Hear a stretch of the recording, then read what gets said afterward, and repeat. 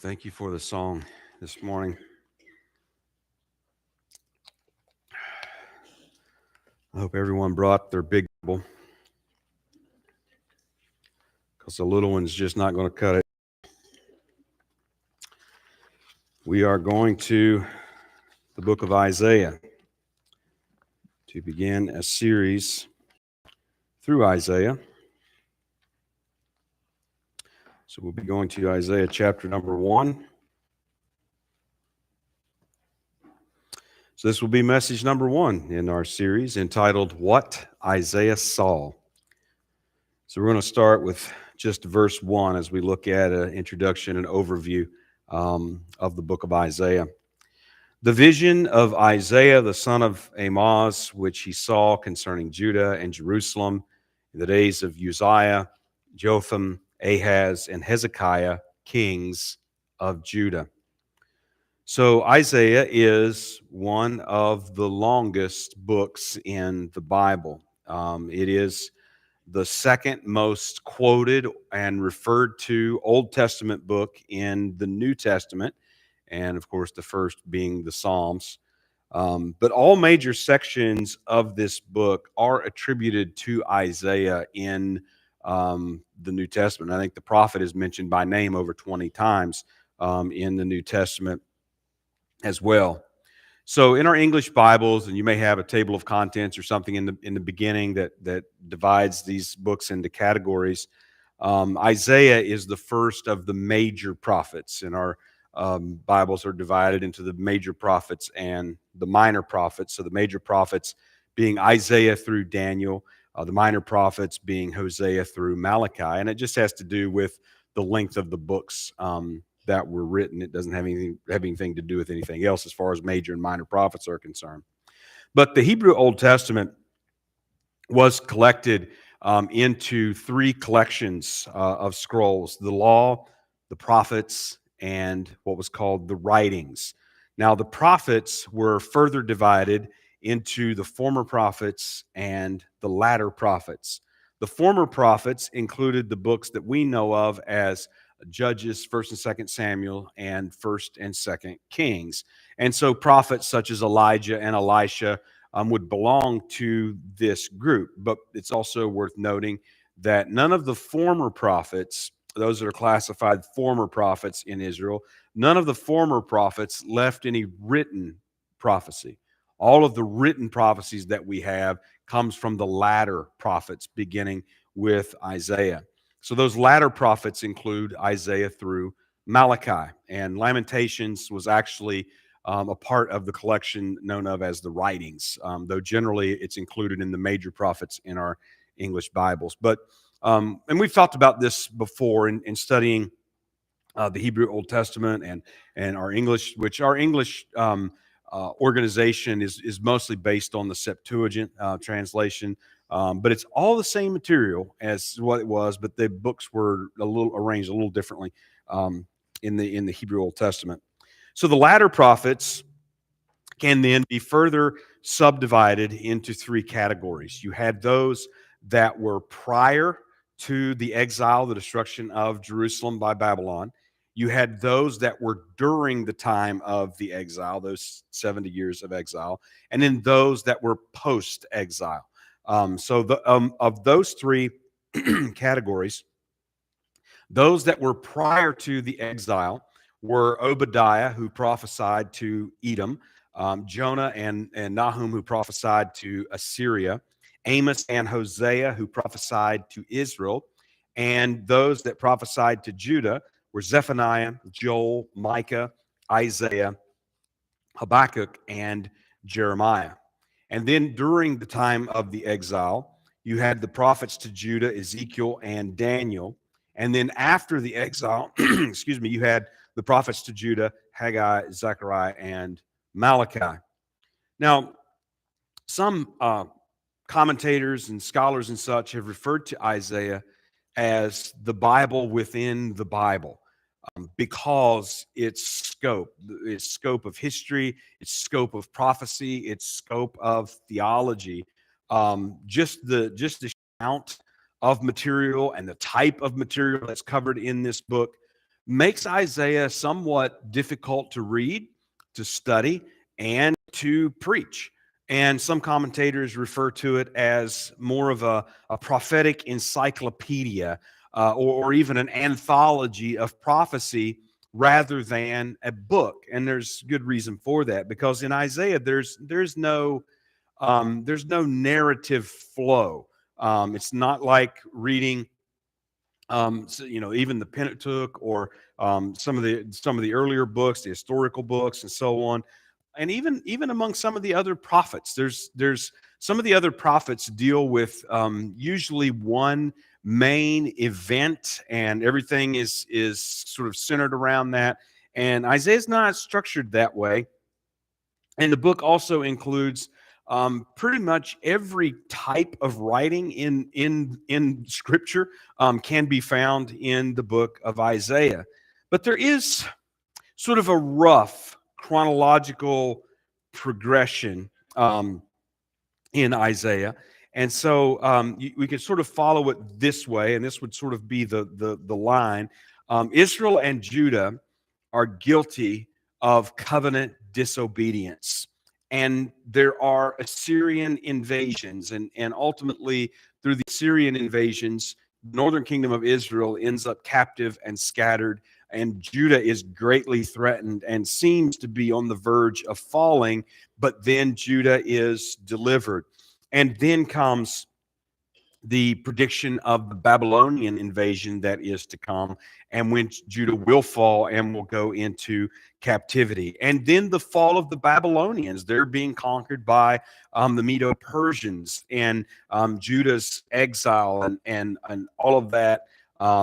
Isaiah speaks of the suffering servant of Yahweh, the day of the Lord, the restoration of Israel, the Messianic kingdom, and the eternal ages. So you can tell it's quite a scope, but there is sort of a rough progression.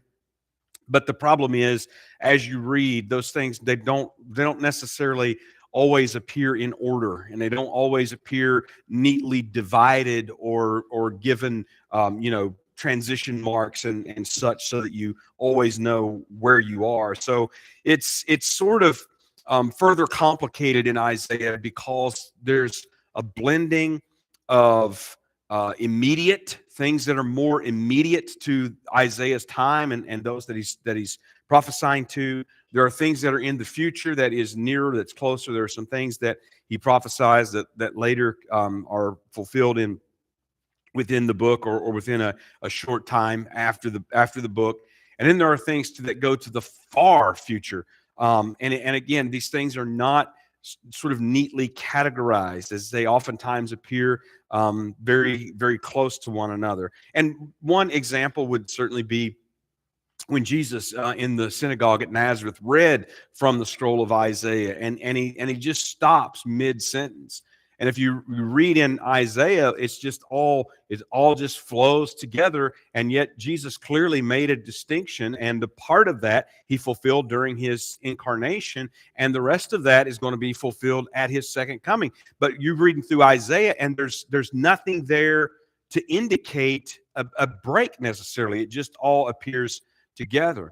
There are two different figures that Isaiah speaks of. There's this son of David, this Davidic Messiah that is very prevalent in the book, but then there's also this suffering servant. So you have this Davidic figure that is going to reign as a king. The government of the nations is going to be upon his shoulders. And then on the other hand, you have this suffering servant who is going to suffer and be rejected and die and be resurrected.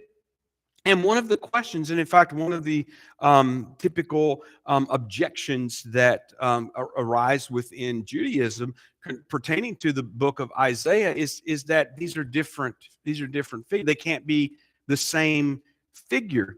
And Isaiah doesn't alone in this book reconcile that tension, although it is reconciled, but not necessarily just in reading the book of Isaiah. And another thing to think about the book of Isaiah, though, is where would we be without it? Where would we be without it? This book has the most descriptive and extensive prophecies of the Messiah of any other single book. This book also has the most descriptive and extensive prophecies pertaining to the Messianic kingdom of any other single book. And time after time, many of these references to Isaiah in the New Testament are things that were fulfilled in Jesus Christ when he came. So obviously, Isaiah is very crucial, central to Old Testament theology, but also to New Testament theology as well. That continuing revelation. It's almost like a center, a linchpin, as it were, that holds and binds the two together. So it is extremely important. All difficulties pertaining to it aside, just to give sort of a quick breakdown of this book. And there, um, there are some pretty well general agreed that you could divide the book into two halves, chapters 1 to 39, and then chapters 40 to 66, and that's pretty common, and there's good reason for that. When you're dealing with this much material, there's obviously a number of ways that it can be broken down, but this is sort of what I'll be following. So in chapters 1 to 6, these first 6 chapters really give us something of an introduction to the book itself. It's sort of like a prologue that's leading to the rest of it, and this culminates. These are oracles of judgment and against Israel, and they culminate in the call of Isaiah in chapter 6.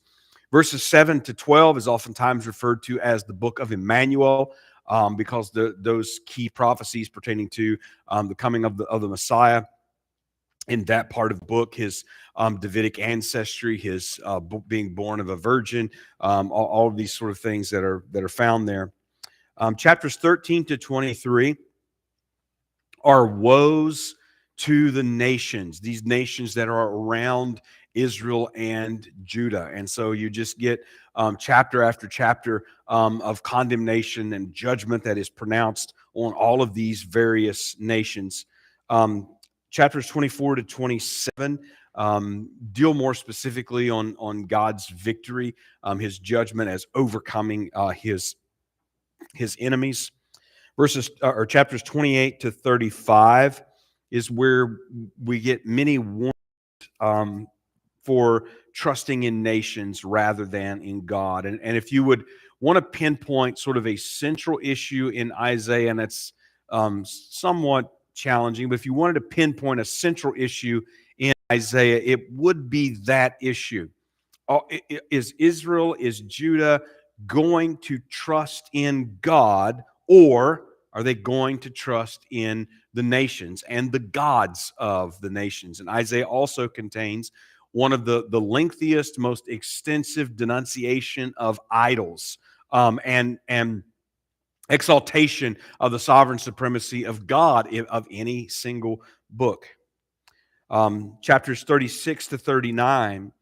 And this is where you get a difference, you get a shift, because in chapters 36 to 39, Isaiah gives us historical narrative. It's the account of the invasion by the Assyrians of Jerusalem and during Hezekiah's day, and the deliverance of Judah when it seems like Judah is about to fall, but God delivers them. And so that's historical narrative there in the midst of this book. And then chapters 40 to 48 is where we get the words from the prophet, from God, for comfort for God's nation. And that's also where we get that section with those wondrous denunciations of idolatry and exaltation of the sovereignty of God. Chapters 49 to 55, these are the chapters of the suffering servant of Yahweh, that speaks of his various sufferings and afflictions, his rejection by the nation, his death and his resurrection, that great chapter 53 that's right in the midst of those chapters. And then in chapters 56 to 66, the end of the book, is where we get the deliverance. And so you've had all of these chapters pronouncing judgment after judgment after judgment. And of course, mingled in there has also been prophecies about this restoration. But we get this deliverance and actually the redemption of creation.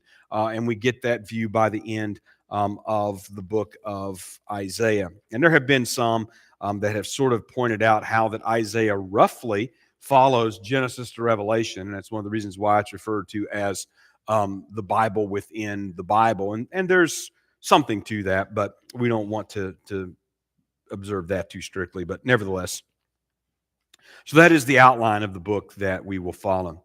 So let's begin to look here and just learn a little bit about Isaiah here from verse number 1. The vision of Isaiah, the son of Amoz, which he saw concerning Judah and Jerusalem in the days of Uzziah, Jotham, Ahaz, and Hezekiah, kings of Judah. Now, the word for vision that is used here, it is an important word in the Old Testament. The word itself literally means a sight. The sight that Isaiah saw is essentially what it says. Now, there are no uses of this term prior to 1 Samuel. So 1 Samuel, as far as if you're looking at sort of the progression of the books, 1 Samuel is the first place that this word is even used. The most uses of this word, unsurprisingly, is in the books of the prophets. But through usage in the Old Testament, this word for vision referred to a means of divine revelation. And in sort of more general terms, just divine revelation. The fact that God has given revelation to this prophet. And so here it stands sort of as a title for the book of Isaiah, the vision of Isaiah, which the son of Amoz, or the son of Isaiah, the son of Amoz, which he saw concerning Judah and Jerusalem. Essentially gives title to this book. It is the book of Isaiah as the message from the Lord that Isaiah received. Now, so immediately we can, and we'll look at some of the aspects of the setting, the social circumstance and situation culturally in Isaiah's day, and we'll see that and a lot of that unfold as we go through the book. But we should immediately take note that what we read here are not called Isaiah's thoughts and opinions about the ills of the day. I imagine he probably had those, but what Isaiah has given us here is the vision that he saw. This is from the Lord, in other words. Isaiah is called a seer in chapter 30 and verse number 10. One of those words, not the most common word used for the prophets, but one of those words used for prophets. And a seer essentially was one that had vision, had revelation from God. So Isaiah received the word of God in a few different ways in this book. A vision, obviously a literal vision. We read about one in chapter number 6. In chapter 22 and verse number 14, there's reference to God speaking to him. Now, whether that was speaking to him through a dream or through a vision or just simply through an audible voice, I mean, we're not told, but God speaking to him to give him revelation. And also one other way in chapter 8 and verse number 11, God gave him revelation. He says, with a strong hand, which is a unusual way or method of revelation. But what it refers to is of Isaiah being empowered and compelled. He is sent, you might say, with this word. It's almost as if you could say he can't resist this word. God has given him this word, and he has to deliver it. So he also communicated revelation. He received it in different ways, and he also communicated it in different ways. So in Isaiah's ministry, we will certainly find prophetic preaching and teaching.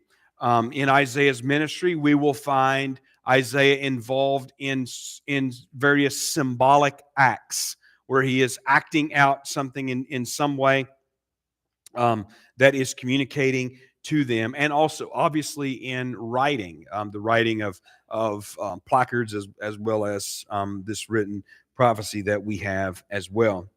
So when we think about Isaiah as a prophet, and you think about the book of Isaiah, there are a number of remarkable prophecies in the book of Isaiah, those that have been historically attested and confirmed, and the date of Isaiah and the prophecies of Isaiah. There is much evidence, even externally, to the date of those things, and then historically of those things coming to pass. It's a remarkable book of prophecy in that regard. Now, Isaiah is here identified as the son of Amoz, and really little is known about him or his family. So we're able to tell that he lived in and ministered in and around Jerusalem, and it seems that he had pretty free access to the kings of Judah. And we see 4 kings that are listed here.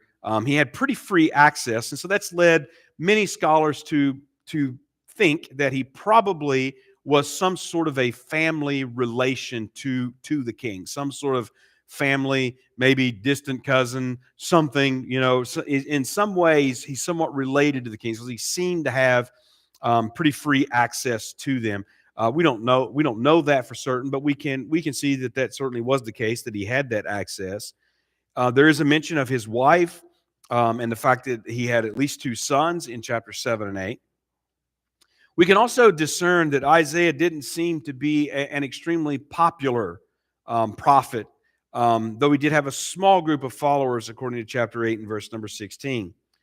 Isaiah's prophecy and his writing here certainly show the signs of a higher education. If you look at the vocabulary, his Hebrew vocabulary, there are 2,186 different words that are employed, which is a pretty big range of words in terms of vocabulary. So the second closest to that, and that is the most in the Old Testament, and the second closest to that is actually the Psalms. You probably wouldn't think that the Psalms would be less in range of vocabulary than Isaiah, but it actually is. It's about 2,170 words, so very close, but it is just slightly under. But if you compare him to probably the closest major prophets, which would be Jeremiah and Ezekiel, Jeremiah's vocabulary was 1,653 words, and Ezekiel's was 1,535 words. So much greater in the case of Isaiah than in the case of Jeremiah or Ezekiel. So that he does show those signs, as well as he shows quite a bit of rhetorical skill. In other words, as a writer and as a communicator, he was able to employ a lot of different rhetorical tools. He uses metaphors, he uses proverbs, he uses rhymes, he uses irony, parables, poetic expression, historical narrative, and even sarcasm. He was prolific as a writer. He wrote biographies of King Uzziah. That is mentioned in 2 Chronicles chapter 26, verse 22. He wrote a biography also of King Hezekiah in 2 Chronicles chapter 32, verse number 32. So he was something of a scholar, we can certainly say. Now, he prophesied during the reigns of these 4 kings of Judah that are mentioned here: Uzziah, Jotham, Ahaz, and Hezekiah. Now, the latter part of Uzziah's reign, and Uzziah reigned for 52 years. And when you get into studying the kings and their reigns, and sometimes there's some co-regency, it's referred to. So you have overlap sometimes of a king toward the end of his reign and the beginning of another. And so it's a little bit trickier than you would think it would be to actually nail down the length of these reigns and so on. But roughly, we know that he reigned for something like 52 years. And during Uzziah's reign over Judah, the nation prospered. And in fact, the prosperity can only be compared to that of Solomon, probably coming second only to Solomon in terms of prosperity. Judah became actually a very powerful nation under the reign of Uzziah. But during his time, particularly toward the latter part of his reign, was the rise of the nation of Assyria and their very real threat to Israel and to Judah. And of course, Uzziah became lifted up in pride in his later years. He tried to take to himself the office of the priest, for which he was stricken with leprosy and ultimately died. You can read about that in 2 Chronicles chapter 26 and 27. And then we have his son Jotham, and he reigned for 16 years. It seems like most of that was actually, or at least some of that was co-regent with Uzziah.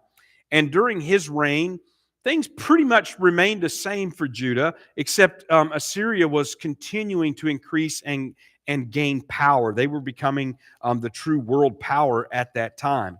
And Judah was beginning to be threatened not only from Assyria and their rise, but also from Israel and the alliance that Israel had made with Syria to try to fend off the Assyrian Empire.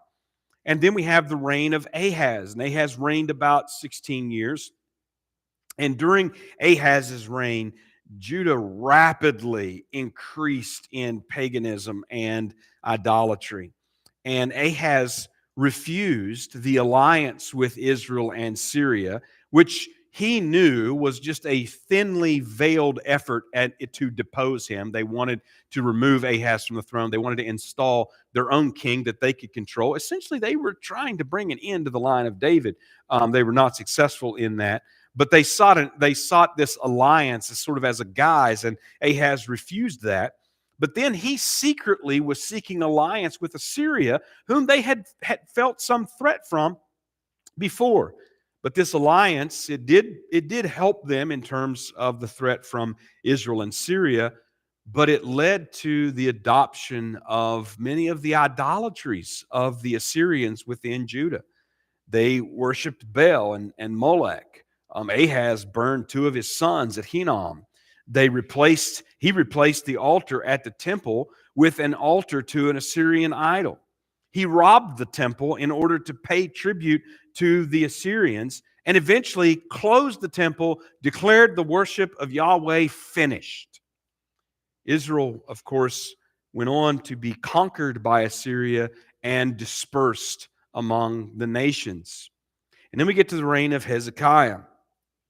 Hezekiah reigned for 29 years. Hezekiah was responsible for a lot of reforms and something of a revival within Judah.